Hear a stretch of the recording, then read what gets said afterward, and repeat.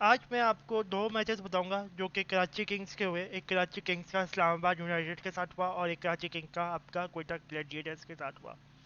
दोनों काफ़ी interesting match थे और दोनों बहुत क्लोज मैच थे। अगर आप क्रिकेट फैन हैं और अगर आप पीएसएल फैन हैं तो आपने दोनों मैचेस बहुत इंजॉय करेंगे। और पिचेस के बारे में भी थोड़ा सी डिस्कशन करूंगा मैं आज कि पिचेस इम्प्रूव हो सकती हैं और इम्प्रूव करनी चाहिए इनको। तो आए हम लोग शुरू करते हैं।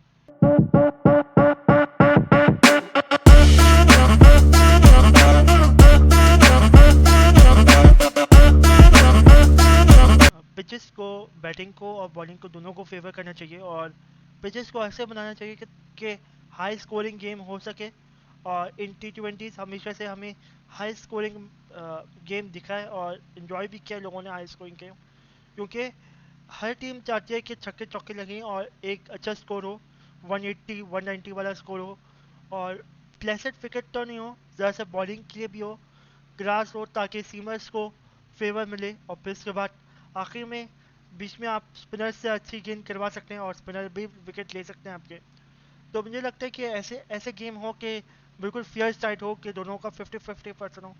तो मुझे लगता है कि ये काफ़ी इंटरेस्टिंग चीज़ होगी, रादर देन आप एक स्लो पिचेस दो, टेस्ट मैच पिचेस दो।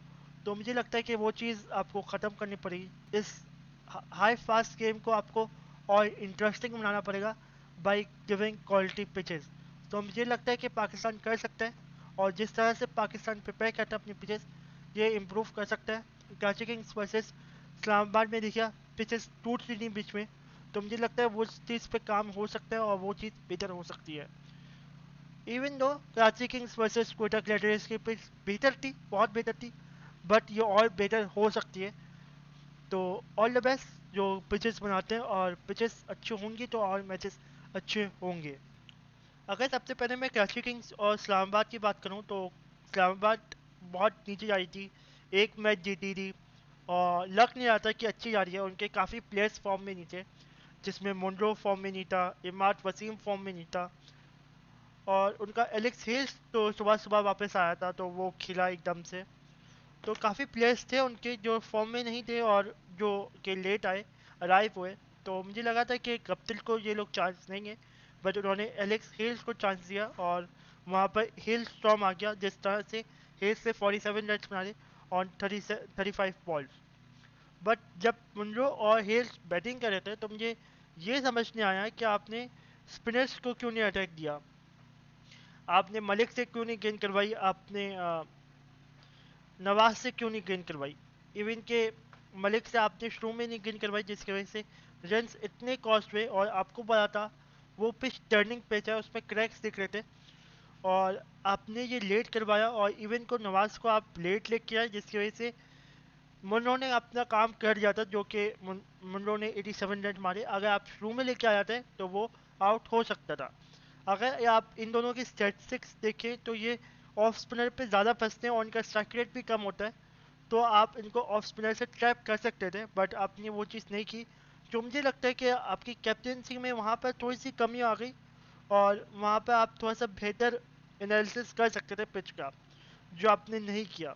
ने फील्डिंग भी काफ़ी अच्छी नहीं की, वहाँ पर थोड़ी सी मिस फील्डिंग दिखी मुझे, जिसकी वजह से आप 165 को डिफेंड नहीं कर पाए। और अगर मैं बॉलिंग से पहले कराची किंग्स की बैटिंग देखूं तो कराची किंग्स ने इंतहाई बुरी बैटिंग की है। और सबसे पहले मैं शान मसूद को कहना चाहता हूँ कि शान मसूद ने 90 के स्ट्राइक रेट पे खेला और वो डीप लेके जा रहा था। फिर उसके बाद उसको क्या हो गया कि अपने प्लान से वो हार गया और उसने रेड शॉट खेला, वो आउट हो गया। फिर मुझे मुझे समझ नहीं आता कि आप अपने एक प्लान में जा रहे हो और आप एकदम से आपने शॉट खेले, एकदम से आपने गलतियाँ की। ये आप प्रेशर में करते हो और आपको इस प्रेशर को डील करना पड़ेगा, क्योंकि आप कराची किंग्स के भी कैप्टन हो और आप पाकिस्तान टेस्ट टीम के भी कैप्टन हो। अगर आप यहाँ पर ऐसी चीज़ें करोगे तो पाकिस्तान को इसका बहुत बड़ा इम्पैक्ट पड़ेगा। और मुझे पता है आप बहुत बड़े प्लेयर हो और मुझे लगता है कि आप ज़्यादा अच्छा खेल पाओगे आगे फ्यूचर में। और कराची किंग्स को चाहिए कि ज़्यादा एक बंदा हो जो कि होल्ड करे एक विकेट, और आपसे ज़्यादा अच्छा कोई बंदा हो नहीं सकता। और आपकी स्ट्राइक रेट पिछले पीएसएल में बहुत अच्छी थी। इवन दो आपका ऑफ की साइड बहुत स्ट्रांग है तो लोग आपको लेग स्टंप पे या लेग्स पे बॉलिंग करते हैं इनटू द विकेट्स।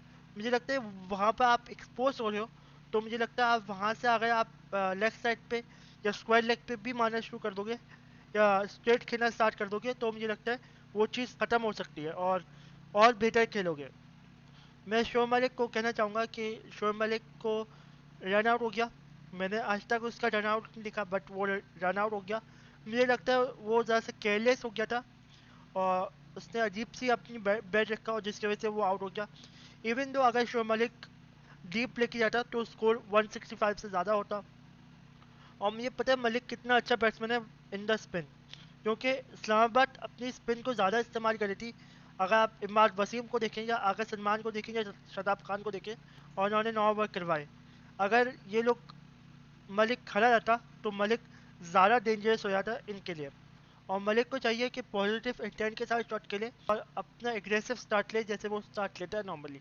तो ओवरऑल कराची किंग्स को बेहतर करना चाहिए in terms of batting, fielding and bowling, और कैप्टनसी भी अच्छी होनी चाहिए। और कराची किंग्स की हमने लाहौर में अच्छी फील्डिंग देखी है, हमने मुल्तान में अच्छी फील्डिंग देखी है, तो मैं चाहता हूँ कि उसी स्टैंडर्ड्स को मैच करे कराची किंग्स या उससे ज़्यादा अच्छा खेले।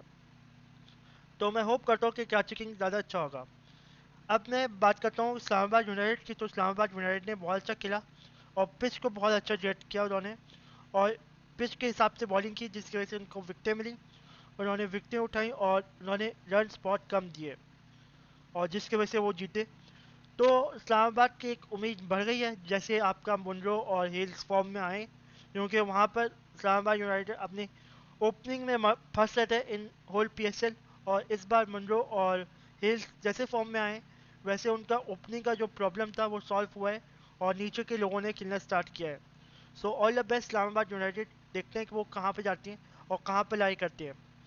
अगर मैं क्वेटा ग्लैडिएटर्स की बात करूँ तो क्वेटा ग्लैडिएटर्स का मैच मोस्ट टफेस्ट मैच था और मोस्ट इंटरेस्टिंग मैच था, क्योंकि क्वेटा बस आखिरी बॉल पे जीता है और वो भी रेडरफोर्ड की वजह से। और हमें पता है रेडरफोर्ड एक बहुत बेहतरीन बैट्समैन है और इवन के वो ऐसे मैचेस बहुत दफ़ा जितवा चुके हैं, चाहे वो लीग मैचेस हों या अपनी वेस्ट इंडीज़ क्रिकेट टीम के मैचेस हों।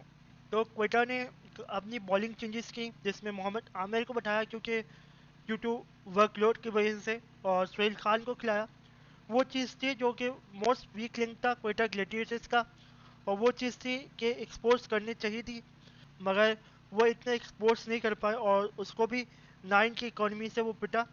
मुझे लगता है कि वो और ज़्यादा पिट सकता था अगर आप फुल एग्रेसिवनेस शो करते, तो आप उनको 11 या 12 भी लेके जा सकते थे, बट आप नहीं लेके गए। और ये चीज़ थी जो कि आगे जाके प्रॉब्लम बनी। आज कराची किंग जीती भी होती क्वेटा ग्लैडिएटर्स से और वो चौथा स्पॉट रिटेन करती। तो देखते कराची किंग्स कैसे अपनी स्ट्रेटजी अपनाती है और कैसे वो अपनी बैटिंग को दुरुस्त करती है। बैटिंग से मुझे याद आया कि आप अनवर अली को बहुत नीचे भेज रहे हैं। अनवर अली का रोल एज अ बैट्समैन बहुत अच्छा प्रूव हो सकता है, देखेंगे तो Anwar Ali as a batsman मुझे बहुत अच्छा लगता है रादर देन बॉलर, और उसने बहुत बटाई की है। यहाँ पर कैप्टनसी का भी क्वेश्चन करूँगा कि आपने नवाज का 1 ओवर बचा के रखा। मुझे नहीं समझ आया कि नवाज का 1 ओवर कैसे बचा के रखा। अगर आप बीच में करवा लेते नवाज से 1 ओवर, तो मुझे लगता है कि वहाँ पर आप ज़्यादा रन रोक सकते थे। नवाज ने काफ़ी अच्छी बॉलिंग करवाई है। हाँ, वो ज़रा सा पिट है 12 की इकॉनमी से गया है, बट अगर वो ओवर करवा देता, बीच में निकाल देता, तो मुझे लगता है कि कराची किंग का वहाँ पर चांस बन सकता था। मे बी वो कैप्टनसी और शिफ्टिंग ऑफ द बॉलर्स की वजह से वो कंफ्यूज हुए, तो मुझे लगता है कि वहाँ पर वो फंसे। रबानी का ओवर रोकते तो मुझे लगता है कि बहुत कुछ फ़र्क पड़ सकता था कराची किंग्स के ऊपर। और अगर दूसरी ऑप्शन देखें तो नवाज को आप आखिरी ओवर दे भी सकते हैं, क्योंकि नवाज ने कपल ऑफ टाइम्स आखिरी ओवर करवाए इन पाकिस्तान क्रिकेट और पीएसएल में भी करवाए। कोटा ग्लैडिएटर्स से काफ़ी आखिरी ओवर करवाए और काफ़ी अच्छा प्रूव किया अपने आप को, तो मे भी आप उसको दे सकते थे। और नीचे आपके पास टेल एंडर थे, तो आप स्पिन से जा सकते थे, बट आप नहीं गए। तो यहाँ पर भी एक कंसर्न बनता है, यहाँ पर भी एक क्वेश्चन बनता है कि नवाज आपका आखिरी ओवर करवा सकते हैं और आपने नहीं करवाया। तो मुझे लगता है वो आप थोड़ा बहुत कैप्टनसी का रोल था जहाँ पर आप फंसे। फील्डिंग नॉर्मली आपको इम्प्रूव करनी चाहिए। इस पीएसएल फील्डिंग इंतहाई बुरी हुई है और कराची किंग फील्डिंग में नॉर्मली अच्छा फील्डिंग करता है, बट इस मैच में उन्होंने कैच भी ड्रॉप किया। उन्होंने काफ़ी रन आउट के चांसेस ड्रॉप किए जिसकी वजह से वो हारे और उनको कॉस्ट हुआ है। अगर आप 16 ओवर से पहले पहले देखेंगे तो कराची किंग बहुत अच्छे मार्जिन से जीता था और आखिरी 4 ओवर में बहुत कुछ चेंज हो गया। तो मैं फुल क्रेडिट दूंगा कि क्विटा ग्लैडिएटर्स को और स्पेशली रेडफोर्ड को, जिस तरह से उसने आखिर के 4 ओवर खेले। अभी तक के लिए बाय।